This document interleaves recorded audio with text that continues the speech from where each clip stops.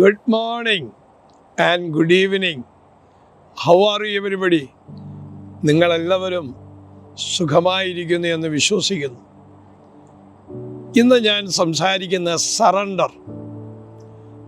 ദൈവത്തിൻ്റെ വചനപ്രകാരം നാം സറണ്ടർ ചെയ്ത് ജീവിക്കുമ്പോൾ നമുക്ക് ലഭിക്കുന്ന അനുഗ്രഹങ്ങൾ വളരെ വലുതാണ്.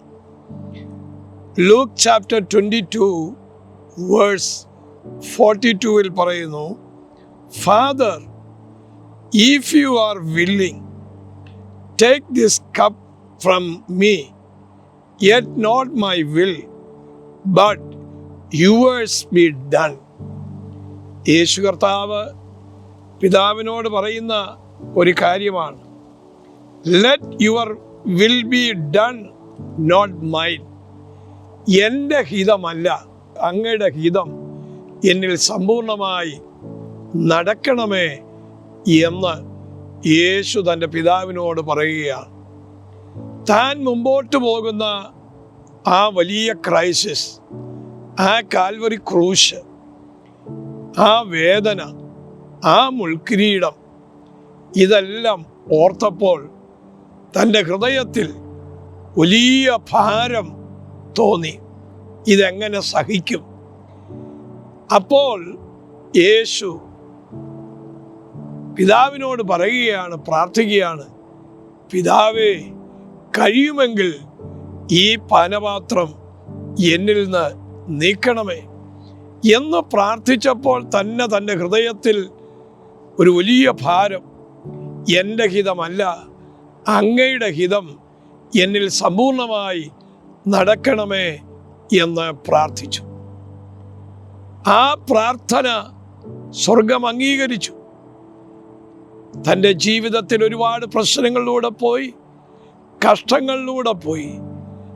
ദൈവത്തിൻ്റെ വാക്ക്, പിതാവിൻ്റെ വാക്ക് അനുസരിക്കുക എന്നുള്ളതായിരുന്നു തൻ്റെ ജീവിതത്തിലെ ഏറ്റവും ഇമ്പോർട്ടൻ്റായ കാര്യം.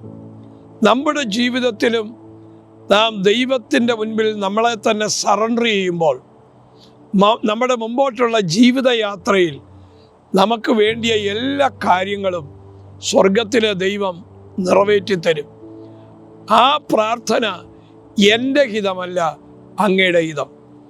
ഇന്ന് ദൈവവേലയ്ക്ക് വേണ്ടി ഇറങ്ങുന്നവർ, ദൈവരാജ്യത്തിന് വേണ്ടി നിൽക്കുന്നവർ, കുടുംബജീവിതം, ആത്മീക ശുശ്രൂഷ, നമ്മുടെ ജീവിതത്തിൻ്റെ രോഗദുഃഖങ്ങൾ, പെയിൻഫുൾ സിറ്റുവേഷൻ, കൊടുങ്കാറ്റുകൾ, പെരുങ്കാറ്റുകൾ, ഇതെല്ലാം ആഞ്ഞടിക്കുമ്പോൾ നാം മനസ്സിലാക്കേണ്ടത്, നാം പ്രാർത്ഥിക്കുമ്പോൾ എൻ്റെ ഹിതമല്ല, അങ്ങയുടെ ഹിതം എന്നിൽ നടത്തണമേ എന്ന് പ്രാർത്ഥിക്കണം. അതാ ദൈവം ആഗ്രഹിക്കുന്നത്.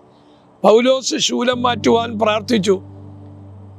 ദൈവത്തിൽ നിന്നുള്ള മറുപടി, എൻ്റെ കൃപ നിനക്ക് മതി, അത് ബലഹീനതയിൽ തികഞ്ഞു വരുന്നു എന്ന് നമുക്കവിടെ കാണുവാൻ തക്കവണ്ണം ഇടയായിത്തീരും. ദൈവത്തിൻ്റെ വലിയ കൃപ നമ്മുടെ മേൽ പകരും. ഇന്ന് ആര് ഈ സമയം സമർപ്പിക്കും?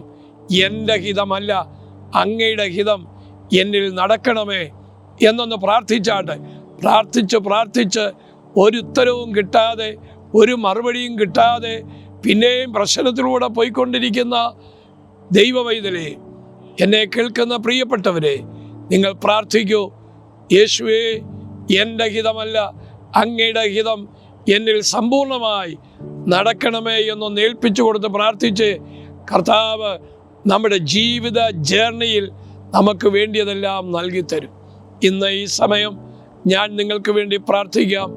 നിങ്ങളുടെ ജീവിതം ദൈവത്തിനായി സറണ്ടർ ചെയ്യൂ, ദൈവത്തിനായി വിട്ടുകൊടുക്കൂ. ഇത്രയും നാളിൽ ലോകപ്രകാരം ജീവിച്ചു, പാപം ചെയ്ത് ജീവിച്ചു, പാപത്തിന് വിധേയപ്പെട്ട് ജീവിച്ചു. ആ ഒരു ജീവിതം വിട്ടുകളഞ്ഞ് സ്വന്തം മോഹങ്ങളിൽ ജീവിച്ചു. അത് വിട്ടുകളഞ്ഞ് യേശുവിൻ്റെ ഹിതപ്രകാരം ഉള്ള ഒരു നല്ല ജീവിതത്തിനായി നമുക്ക് പൂർണ്ണമായി സമർപ്പിക്കാം. ഒരു വാക്ക് പ്രാർത്ഥിക്കാം. ഞങ്ങളുടെ കർത്താവേ, ഇപ്പോൾ ഈ വചനം കേൾക്കുമ്പോൾ സ്വന്തം ഇഷ്ടം വിട്ട് ദൈവഹിതത്തിന് സറണ്ടർ ചെയ്യുന്ന എല്ലാ കുഞ്ഞുങ്ങളെയും അങ്ങ് അനുഗ്രഹിക്കണം.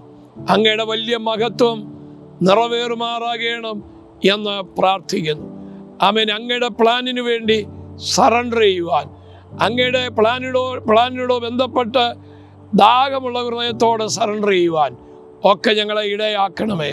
അങ്ങയുടെ കരങ്ങളിൽ ഏൽപ്പിക്കുന്നു, യേശുവിൻ നാമത്തിൽ തന്നെ. ആമേൻ. God bless you. I love U.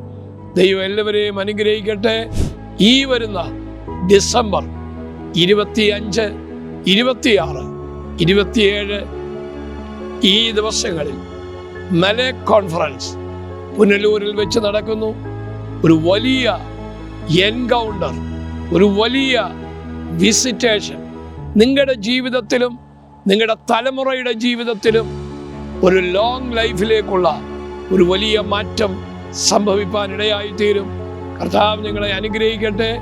എല്ലാവരും വലിയ ആഗ്രഹത്തോടെ. God bless you. നിങ്ങളുടെ situations will be change. God bless U.